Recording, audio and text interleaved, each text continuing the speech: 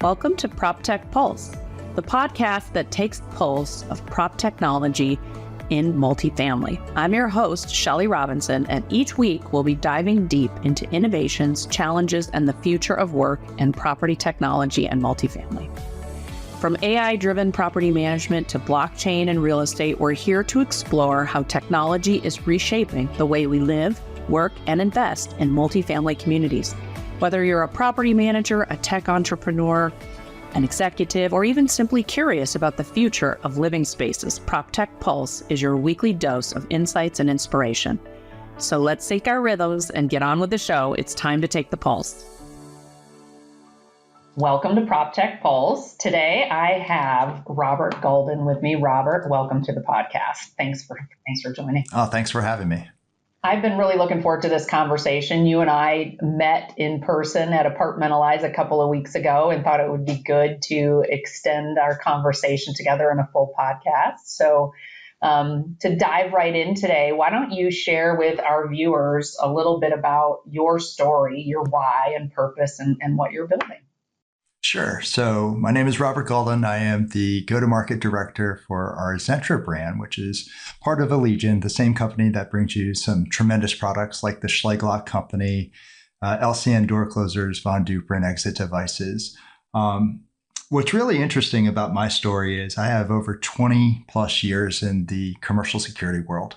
And I've either worked as a security consultant, designing and help selling and installing and consulting on access control systems and video camera systems and intrusion systems, and or have led some of the largest teams in the nation. At one point in time, I was the VP of sales for one of the largest national integrators. And so my entire career has been solving problems on the commercial side that are generally considered very complex, whether you're talking about airport security, port authority security, national stadiums, things along those lines. We've done work with the Yankees, the 9/11 site, the Freedom Tower, you name it from a complexity perspective. Either I've worked personally on or worked with teams that have installed and protected some of the most important assets in our nation.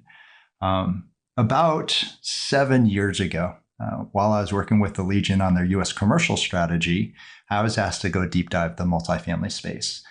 And I thought it was an interesting space, but quite honestly, I didn't think it would be that complex. I mean, how complex could it be compared to some of the things that we just referenced? What makes multifamily really unique and very complex is a perfect blend between commercial and residential, especially when you think about access control and a security perspective. From a commercial perspective, it's a building that's being run, by a professional business. It has all liability from that perspective. They are responsible for everything that happens inside that building. And from a security and access perspective, all the technology is installed and owned by the ownership.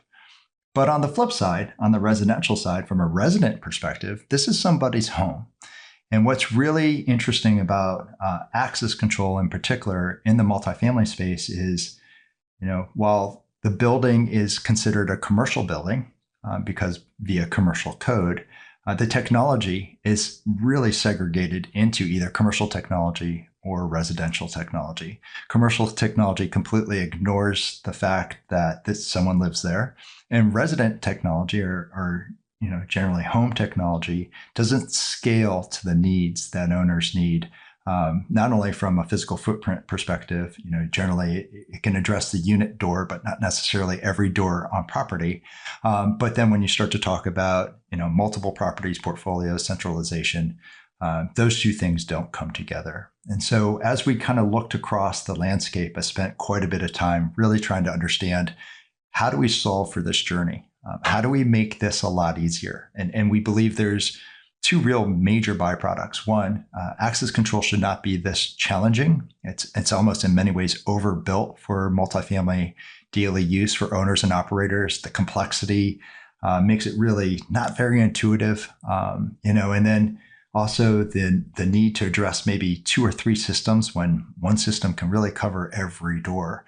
On the flip side, the ability to take a look at this and say, okay, how do we drive a resident experience? How do we make this an attractive space that someone, access control just kind of melts in the background, and I can have my friends, my family over. I can make it seamless for me to live here and go about my daily life, right? And so that really set off on our North Star. How do we take some of the amazing products that the Schlegelach company is creating? How do we tie those things together? Both at the unit, all the way through the amenity spaces, all the way to the perimeter doors. And we don't really care if there's a roll-up gate for parking. If you have a challenging use case, how do we make that simple? There might be a lot of complexity, and we never want to sacrifice security for convenience, although there is a pendulum in that. And I believe technology shrinks that every day. How do we make this really simple, intuitive, and then how do we bring that same brand and reputation that Allegion has for securing people and places, and make sure that we can deliver that in one very neat package for multifamily. And that's where we started Zentra. I love this. And coming from operations in my former years, I think of the early access control, and you'd have 3 or 4 systems. None of them talk to each other. Residents would have 3 or 4 fobs. It's such a welcome relief to hear words like simplicity and ease of use and making it feel seamless. And the other thing I think of too is training residents, right? Your on-site staff team. It needs to be a very easy deployment so that the residents feel empowered to use it without constantly going to the office. So I love hearing what you're working on and building. It's so timely. Yeah, 100%, right? And we started off with our major focus groups, really diving into the personas of multifamily, right? This has been a great learning journey for myself as we've assimilated our team on the software side, but breaking things down to jobs to be done, right? What are the personas that we're looking at? What are the jobs to be done by the property management team? What are the jobs to be done by the maintenance team? What are the experiences for the resident? What about vendors and providers, and what about guests, right? And then breaking those down into how do we make this intuitive? This should be natural. If we can deploy a system and never take you through training, then we've achieved our ultimate goals. And I do believe that the technology that is either being consumed today or on the forefront of being released here in the next year or 2 or 3 in the next generation of devices really will get us there. I'm really excited. So let's talk about that a little bit. Sure. So I've got future in a bottle questions. What are the top 3 things you see changing in PropTech in the next 5 years, and why? Yeah, I think one of the major things that resonates with me recently as I listen to all the great technology out there is we still have a connectivity issue, right? How do we get all these sensors? How do we get all these devices online and really feeding us the information that we need to run our businesses? So I do see, how do we tackle the networking side of this? We know that deployed community-wide Wi-Fi is something that is gaining some steam in the new construction side. I think it's a lot more challenging in the aftermarket side. But even there, will all those sensors and devices chew up so much of that bandwidth that you have to consider, alternatives as well. From an access control perspective, I think point number 2 would be we are looking towards mobile devices as helping not only bridge that gap, but ultimately maybe accelerating. What's really interesting is we're at a point now where the megatechs, the Apples of the world, the Androids of the world are also stepping in. For access control, I don't think it's a complete online system in any time in the near future. I think it's hybrid. I think you'll still have offline locks at the unit just because of the need and the necessity to retrofit into existing buildings. What's really interesting, though, is we're at a point in time now where the mobile technology is getting really, really good. And the ability to leverage NFC, right? So think of your tap and go type of experience when you're paying for something, or a tap and go off of your Apple Watch, for example. That experience can be ported right into access control. So it's the same intuitive nature of using a fob or a tap and go into the building, into the unit. But what mobile does is it provides us a gateway. it provides that connectivity without having to deploy all that infrastructure. So I see the acceleration of mobile adoption, specifically around access control and security needs, as helping not only bridge that gap, but then accelerating the use of these devices. And then finally, once we have all the devices out there, the network, the connectivity, in access control, the mobile adoption, there's going to be a lot of amazing data.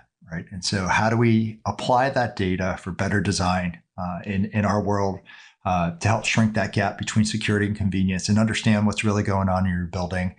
Security in general tends to be a reactive industry, right? But I think we are at a point in our lifetime where the use of AI, the use of additional inputs and the amount of data, we can be a lot more proactive now. And perhaps really kind of solve for a much better experience, as well as making sure that there is no compromise between security and convenience. That's such a hot topic amongst property management professionals too, of how to be more proactive, especially, I'm in California. There's a lot of themes that emerge in California here amongst properties in urban areas for security. And then having data and insights that really drives into the decisioning would be super powerful. Well, just even if you take a simple use case, so Mia's Law, right out of Florida, we work with clients today that spend quite a bit of time preparing audits. And even if you took our technology today or a predominant smart lock that is offline on the unit, you still need to go gather some of that audit information to then pull together your reports. Enter the mobile device. If you had theoretically 100% adoption of your resident base, so every day a resident is, interacting with their unit and their mobile credential, we have the ability here in the very near future via some standards that are coming out to be able to extract all of that information in the exact amount of time it takes you to interact with that lock. And so gone are the days of having to go out to a unit to gather audit information, even in an offline world, right? And so that type of power allows us to then create other use cases and other experiences. And so things along those lines, I think, are really areas that, our company, I know there's some other great competitors we have in this space. We're very much focused on that because, our heritage is on the security side. I think the challenge is making, something very secure while also making it a seamless and convenient experience. Well, that goes at, the mobile device is in the resident's hand and the team member's hand now too. And so the more you're taking the use case and integrating it to mine's always on me. So that gets into my next question of kind of how is the future of work evolving in multifamily? And I think we can tie that into even resident experiences too, and those evolutions. What do you see happening there? Yeah, so we're really looking at how do we deploy a mobile first strategy, right? So you hit it, right? Can we get mobile devices in the hands of our operators and in the hands of the residents? But I'll give you a great use case, for example, the whole credential creation process, the distribution of credentials to your residents, the collection and revocation of those credentials from your residents, especially if you're talking about offline locks, the ability to explain what network on card is, or what we call in our ecosystem no tour. It's fairly complex. And there's a lot of steps involved, right? I have to create the credential. I have to set some time aside to deliver that credential to the resident, or maybe the resident comes in and picks up their credential. If they're running 10 minutes late, that's 10 minutes time I could be spending on something else, right? I have unit turns and I have to make sure I'm gathering those credentials and making sure that they're not duplicated, or no one has the ability to duplicate them. If they didn't return them, right? There's just a lot of work involved in that. So just take one step forward in a mobile first environment. Ideally, all of your rent roll is pulled right into the access control system. Your lease start date is your credential start date, right? Your turnover date plus X or minus days ends up being your credential turnoff date, right? All of that then is delivered via an email that says, very kindly, please download the following app. And on Friday at 8 a.m., your credentials will begin, right? And then if it's intuitive enough, from an experience perspective, and believe me, every year that goes by, we're seeing more and more mobile adoption at the collegiate level. People are using mobile credentials, right?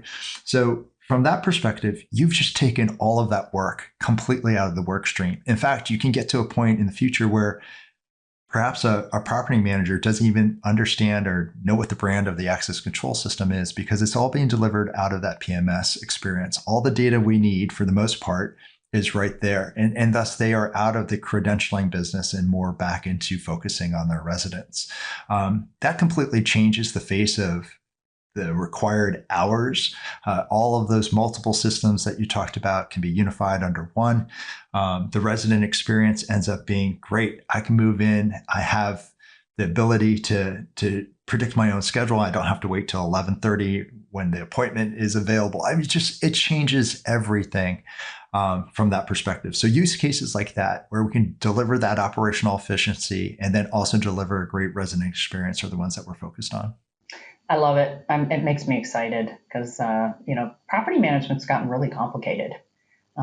It's changed a lot over the years, packages. There's a whole bunch of themes that have emerged, including PropTech complexity that has made, I think, being an on-site team member really challenging. So that focus towards simplification and efficiency and reducing manual tasks, that attracts better talent and more current talent into an environment as well. So I love that. Yeah, maybe the only person right now interested in starting up a brand new solution only to have my brand completely fade into the background behind the work that's being done on other systems, right?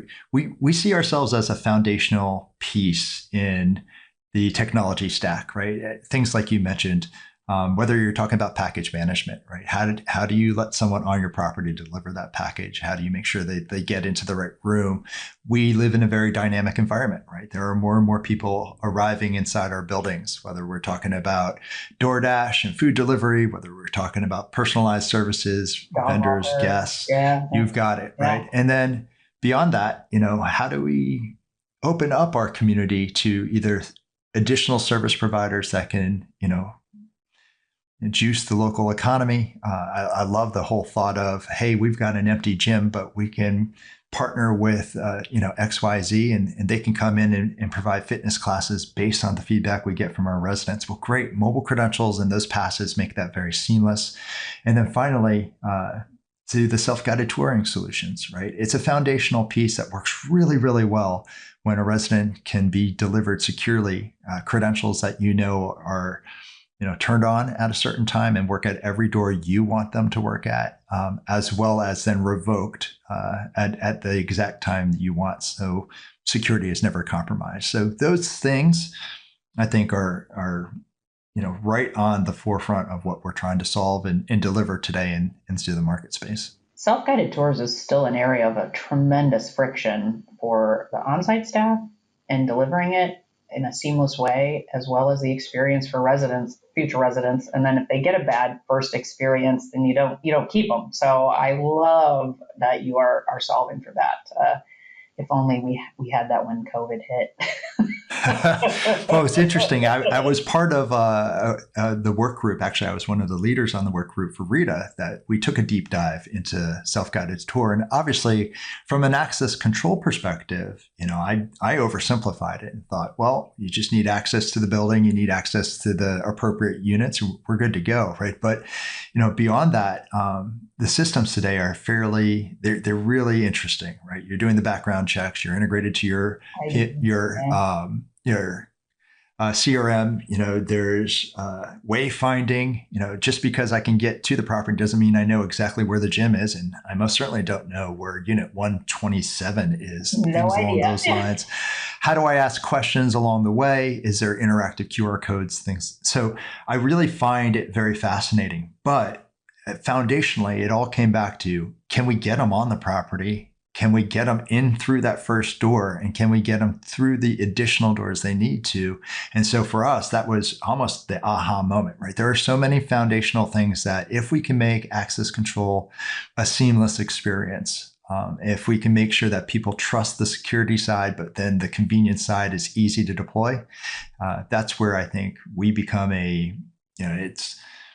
we are table stakes for all the solutions as we move forward, whether you're talking about self-guided tour, package delivery, local services, things along those lines.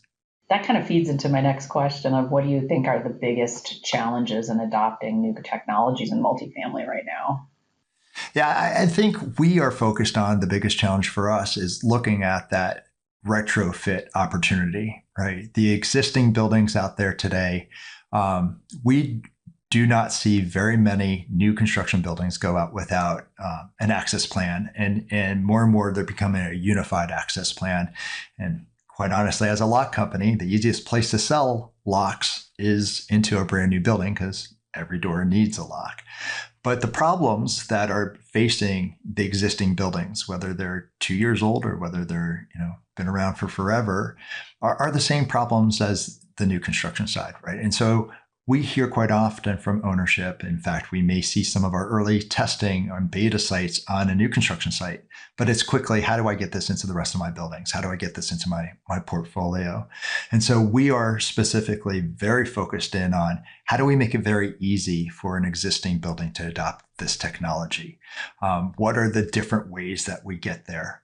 And again, for access control, especially when you talk about smart locks, if you don't have to wire a device, right? Because existing walls, pulling wire, labor rates go through the roof, right?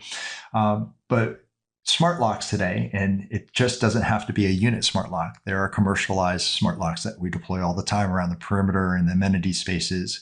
It really comes down to two things. It comes down to communication and battery life. And if you can solve for the communication side, we can attune the battery life today where you're well beyond a year. So you're not constantly changing batteries, right? So for us, it kind of feels like we're at this perfect storm. The battery life is very good. And we have some next generation technology where you can be persistently online and you're not going to drain that battery within a year as well. So I think we're well on our way from an energy perspective. So it really comes down to that communication and leveraging that mobile first strategy, we think is the key there. And so if we can make any door available and we can also consume existing infrastructure, my main goal is to get you to adopt and get the pain points out, not necessarily resell you a device that you already have. So let's leverage as much of the infrastructure as we can. Let's unify your 3 or 4 or 5 systems down to one. And then let's take advantage of really great modern technology that does not require a lot of intensive labor. Those are the things for us that we see as the biggest hurdles in front of us that we can solve today. I think that this would speak to a lot of our listeners that are multifamily owners. If they're starting to consider retrofitting, what are the things to kind of look at with you first? Yeah, I think for us, there are a couple things that we generally talk to properties about, right? Do you have any existing systems, right? Most properties today will have an existing perimeter system, whether you're talking about the main exterior doors or the front door or, gated systems for that matter, right? And then you have a very large portion of the population out there of existing that may be unmechanical today. Then you have some early adopters that may be on their first or second gen lock, but haven't carried through. So each one of those use cases are a little bit different, right? When you're talking about a mechanical uplift, right? What are the pain points they're experiencing today? Maybe it's the pain point of juggling keys and maybe they had a master key system and they, have gone through that pain of having to do that. Maybe it's around the auditing and the logs of who has possession. Maybe they're just scared to death of the fact that anybody can go copy a key today or even, less secure fobs, key me machines. You've probably seen them in Home Depot and 7-Eleven scared the living daylights out of me, right? So the thought of losing key control, those are generally the reasons why we see mechanical uplift start to happen, as well as maybe some of that first generation or the first generation stuff, maybe end of life things that people are going through. But really, once we get past, all right, what are you looking to achieve? Then we get to, have you considered, what type of technologies? Why do we recommend one lock or another? Being very security focused, being very safety focused, right? We want to make sure we adhere to all local, state, and national codes. Fire and life safety is extremely important, right? Those locks are built purposely to do the right thing when you have emergencies. So you want to make sure you're putting in something very reliable and dependable. And then what's your overall access plan, right? Who's involved in your daily business, right? What does it look like from a staff perspective, maintenance, leasing, all the way through guests and vendors? And then can we tie our system into that? We generally get a lot around, well, don't I need smart apartment? Do I need smart home? Do I need all these other technologies? And I would say there's a split there. Yeah, maybe, right? Maybe. Yes. Yeah. There is I need that, or I would like that, and really disseminating between the two. The great thing about Allegiant and Schleich, for that matter, is we have invested a lot of time in our partnerships. So if you're looking for a smart home solution, we've got a lot of partners that can apply that, right? But foundationally, a lot of people, we're just trying to get them to yes. And most of the time it's around, can we take that first step in alleviating their concerns around access control? Once we get there, the beauty is because we have those ecosystems, because we have those partnerships, if you want to migrate from one system to the next, we can make that really easy for our customers as well. So there's an investment in our company and our brands that says, an investment in our portfolio allows you to migrate your technology over time. I love that. That's really good for future clients to know as well. I love the connected ecosystem too. And also, I'm a big fan of community Wi-Fi. I mean, operationally, NOI, another revenue stream, like there's so many opportunities of making a better resident experience as well as a more connected community into, more at-home technology in those units. So if you could instantly implement any futuristic technology, what would that be? I don't know if this is a futuristic technology, but there's a standard that's coming online called a LERO. And it's a really amazing standard. It's being driven by manufacturers like Allegiant and some of our major competitors, as well as the mega techs. Again, you're looking at the Samsungs of the world and the Apples and the Googles and others. What it really does is makes a standard for mobile technology and communication amongst devices really simple, right? The best analogy would be where we are today with printers, right? You can plug a printer into your Apple or your PC. It's just going to work. That's not necessarily true when you talk about mobile credentialing or credentialing across multiple platforms and devices. So this is a really great step forward by the industry to say, okay, we are going to create a protocol that makes the standard delivery of mobile credentials and identity across these devices pretty simple, pretty transparent, pretty plug and play.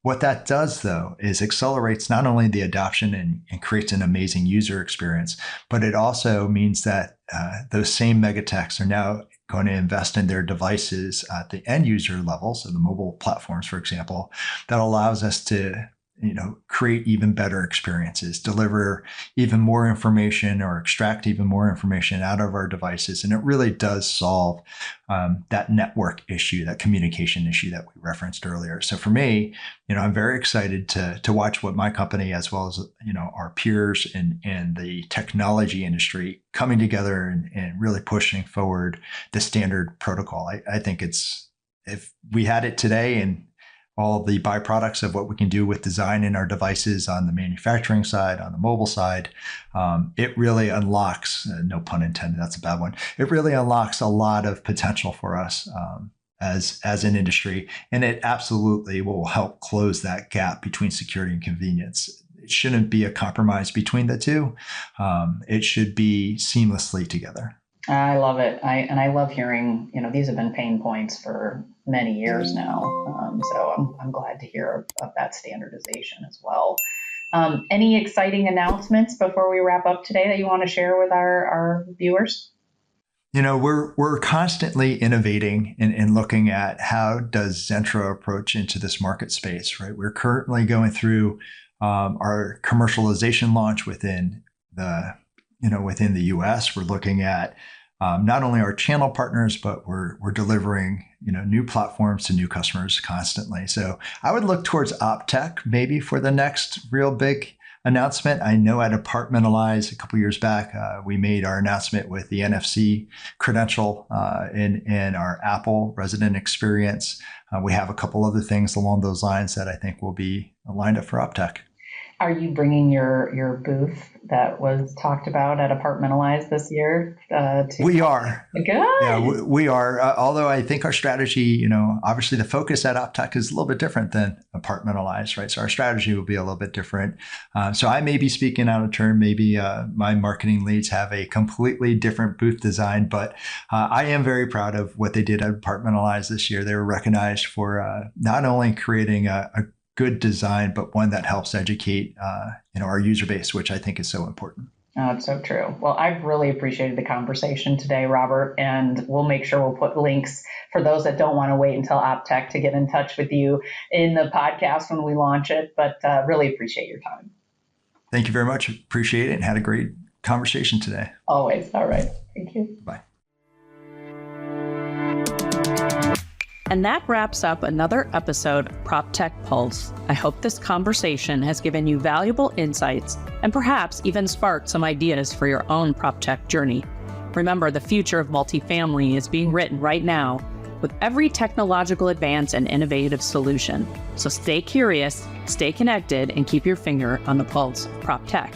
If you enjoyed this episode, please subscribe to PropTech Pulse on your favorite podcast platform and share this along with your colleagues.